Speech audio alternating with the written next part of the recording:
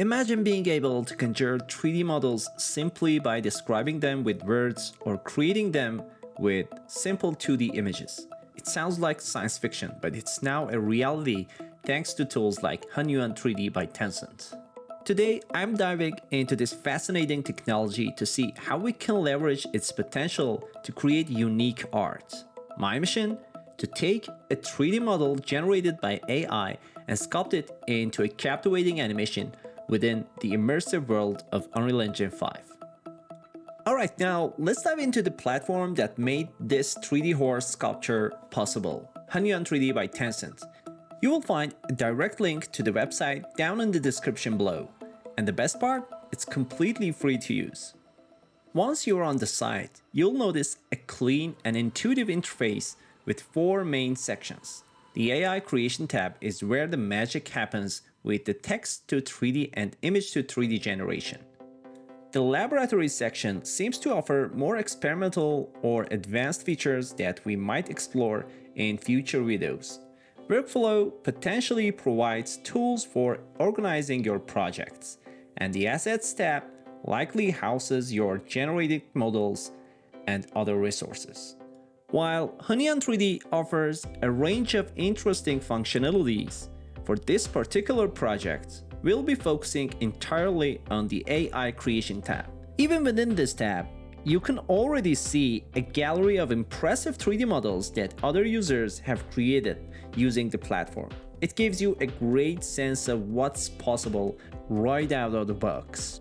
Now, the core of the 3D generation lies here on the left side of the screen. You have 2 primary tools at your disposal. Vincent 3D, which allows you to generate 3D models simply by typing in text prompts describing what you want. And right beside it, we have Tusheng 3D. This powerful feature lets you upload a 2D image, and just like that, Hunyuan-3D will interpret it and generate a corresponding 3D model, which is exactly how we created our initial horse sculpture. To really showcase the power of the text-to-3D capability within Hunyuan-3D, let's take a look at a couple of examples I experimented with. First, I wanted to see what it could do with intricate conceptual design, so I entered the prompt, a futuristic sci-fi helmet. I also specified 2.5 version model, which often provides a good balance of detail and manageability, along with PBR textures for realistic material properties and a general texture style to see the default output. And here is the result. As you can see, it's a pretty immersive starting point. The overall form and the distribution of elements align quite well with the prompt. The PBR textures give it a nice sense of material definition. Now, are the textures absolutely perfect? Perhaps not yet. There's always room for refinement in AI-generated details. However, considering the speed and ease with which this was created from a simple text description is truly remarkable. The pace of progress in this field is astonishing, and I have no doubt these details will continue to improve rapidly. For my next experiment, I wanted to try something a bit more organic and fantastical. I entered the prompt, Fantasy Treasure Chest. This time, I kept the settings relatively similar to see how it would be interpret a different style. And here we have a fantastic looking treasure chest. It's a bit like stylized. It captures the essence of a fantasy object with details like the wood grain, metallic accents, and the overall shape. This example really highlights the versatility of the text to 3D engine. It can handle both hard surface sci-fi elements and more stylized organic forms. These quick tests demonstrates the incredible potential of Hunyuan-3D as a starting point for a wide range of 3D creative projects. Now, in my opinion, AI-powered 3D generation isn't just a passing trend, it's a fundamental shift that's going to become an increasingly significant part of the 3D world in near future. The speed of development in this field is staggering, and I genuinely believe that the imperfections we see today will be smoothed out and improved upon at an incredible rate. That's why I'm so keen to explore this now. It's about getting in on the ground floor, understanding the possibilities, and figuring out how we as artists can integrate these powerful tools into our workflows to enhance our creativity and efficiency. So I truly believe that the future of 3D is evolving rapidly, and I, for one, am thrilled to be a part of this journey. Now that we've seen the power of generating 3D models from text, let's explore the Hunyuan-3D feature, the ability to create 3D models from 2D images. For this test, I decided to upload a simple side view image of a pair of shoes. I then instructed the engine to generate a 3D model based on this single image, and honestly, the result was shockingly good. Take a look at this. From just a single side view, Hunyuan-3D has managed to create a surprisingly coherent and recognizable 3D representation of the shoes. You can see the sole, the upper, even the suggestion of laces and other details. While it might not be a perfect replica ready for close-up inspections just yet, the speed and the level of detail captured from a single 2D image are truly immersive. I genuinely believe that this kind of technology is going to make a huge difference in our workflows. Imagine being able to quickly generate a 3D asset from a reference image, a concept sketch, or even a photograph. This could drastically speed up prototyping, asset creation for large scenes, and even the initial stages of character design. The speed and ease of generating 3D models with Hunyuan-3D really sparked my imagination. It made me think, what can I create with this as a starting point? How can I push it further and integrate it into a more complex project in Unreal Engine? So I went online and found this beautiful wooden horse sculpture. I decided to use Engine's image to 3D feature to see what it could do. I uploaded the image, and as you can see, the result was surprisingly cool. It captured the overall from and even some of the finer details of the carving. However, as we've touched on before, while the geometry is a fantastic starting point, the automatically generated textures often leave room for improvements. In this case, I felt the need to completely retexture the model from scratch to achieve the specific aesthetics I had in mind for my Unreal Engine animation. So the next step was to download the model. I choose the FBX format as it's a widely compatible format for 3D software. My goal was to bring this into Blender for a closer examination and further refinement. Well, once I imported the horse into Blender, the first thing I noticed, besides the basic baked-on material, was the sheer number of polygons. This was a super high poly model, around 500,000 polygons. While detailed, this level of density can be insufficient for animation and real-time rendering in Unreal Engine. So the first order of business was to remove the existing automatically generated material. With that out of the way, I could clearly see the underlying geometry. To make this model animation friendly and optimize its performance, the next crucial step was retopology, essentially creating a new, lower polygon surface that closely follows the original form. For this, I used a fantastic Blender plugin called Quadremesh. If you're involved in 3D modeling and ever find yourself wrestling with retopology, this plugin is an absolute lifesaver. It intelligently generates clean, quad-based geometry, significantly simplifying the process. If you're interested in adding this powerful tool to your arsenal, you'll find the link to purchase it in the description below. Using Quadremesh, I was able to reduce the polygon count dramatically from around 500,000 down to a much more manageable 20,000. With a clean and optimized mesh, it was finally time to move on the next stage, UV unwrapping. For this, my go-to software is RizomUV. What is particularly fantastic is its seamless integration with Blender through a bridge plugin. This allowed me to transfer the model directly from Blender to RizomUV with incredible speed and ease, a real time saver in the workflow. I've been using RizomUV for my unwrapping tasks for quite some time now, and it's packed with powerful features specifically designed for creating efficient and distortion-free UV layouts. For this particular project, aiming for the best possible texture quality, I decided to utilize a UDIM workflow. This essentially allows you to have multiple UV tiles, giving you more texture space and therefore higher resolution for your details. In this case, I opted for 2 UV tiles to maximize the texture detail across the horse sculpture. Now, to be completely honest, knowing that this was going to be an abstract animation and not a hero asset, requiring extreme close-ups, I didn't spend an excessive amount of time perfecting every single UV scene. My focus was on getting a functional unwrap that would allow you for good texture coverage without any major stretching or artifacts. Sometimes, efficiency in certain stages allows you to dedicate more time to other critical aspects of the project.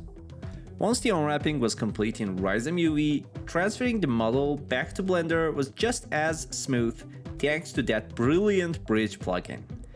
A simple click, and the model, with its newly created UVs, was back in the Blender scene, ready for the next stage, texturing in Adobe Substance Painter. With the unwrapped model successfully imported into Substance Painter, the first crucial step is baking the mesh maps. This process captures essential surface details that are then used to drive the texturing process. Once the baking is complete, I started by applying a smart material as a foundation for the overall wooden look of the sculpture. Substance Painter has a fantastic library of these pre-made materials, which can save a lot of time. However, I knew I wanted a specific aesthetic, so I used this smart material as a base and planned to customize it extensively. To ensure the texture felt authentic, I gathered some reference images of real wooden sculptures. This helped me understand the nuances of the wood grain, color variations, and surface imperfections I wanted to achieve. With these references in mind, I began tweaking the base color of the smart material, pushing it towards a more saturated and specific shade of wood. Next, I focused on the subtle details within the base layer, adjusting parameters like the intensity of the wood grain, dots, and the overall roughness to control how the surface would reflect the light. Throughout this texturing process, I frequently utilize Substance Painter's triplanar projection mode. This is an incredibly useful technique for applying textures seamlessly across complex surfaces without worrying too much about UV seams. To add more visual interest and realism, I incorporated layers for wood fibers and wood veins. I carefully adjusted their colors and overall balance to create a natural variation in the wood appearance. I also played with the grunge maps associated with the wood veins layer to give them a more organic and less uniform look. The color variation and edge damage layers were where I spent a significant amount of time. These layers utilize various masks like edge wear to simulate the effects of age and handling, dirt accumulations in crevices, and different grunge maps to break up the uniformity. I even incorporated dripping rust masks to add a touch of aged metal where the wood might have been joined. On these layers, I employed a combination of techniques, including manual painting, to precisely control the wear and tear, and tweaking numerous parameters within the layer, settings, and mask properties to achieve the desired level of detail and realism.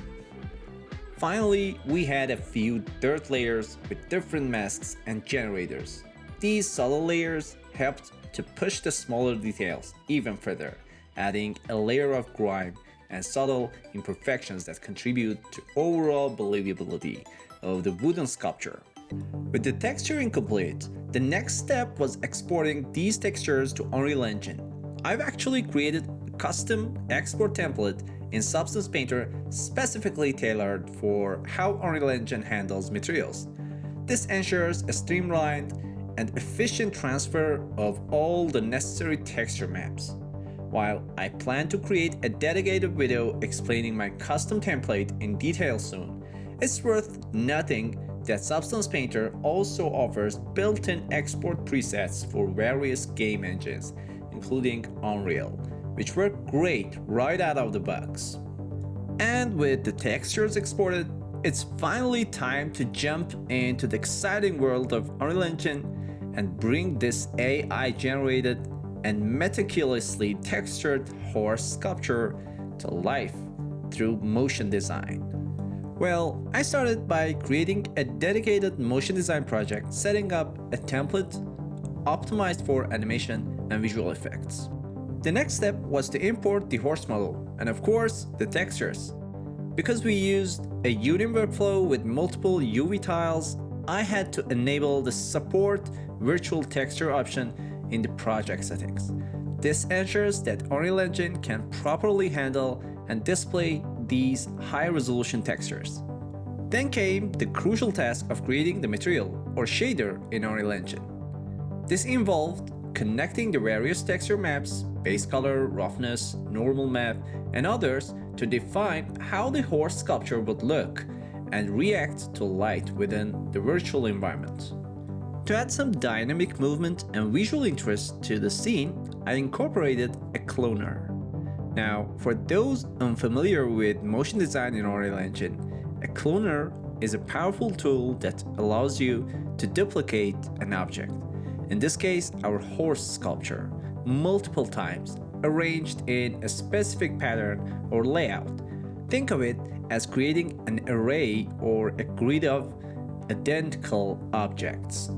To control the movement and animation of these cloned horses, we use effectors.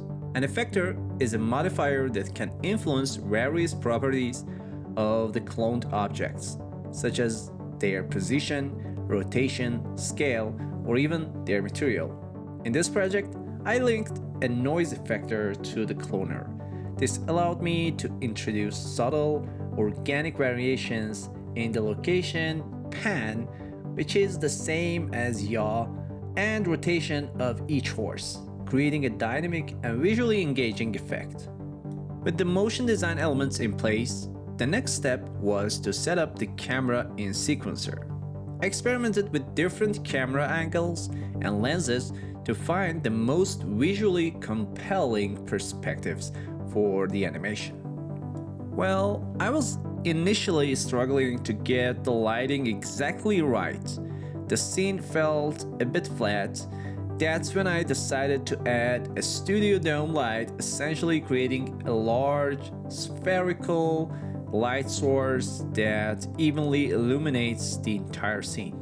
This made a huge difference, adding depth and richness to the visuals and creating a much more pleasing overall vibe.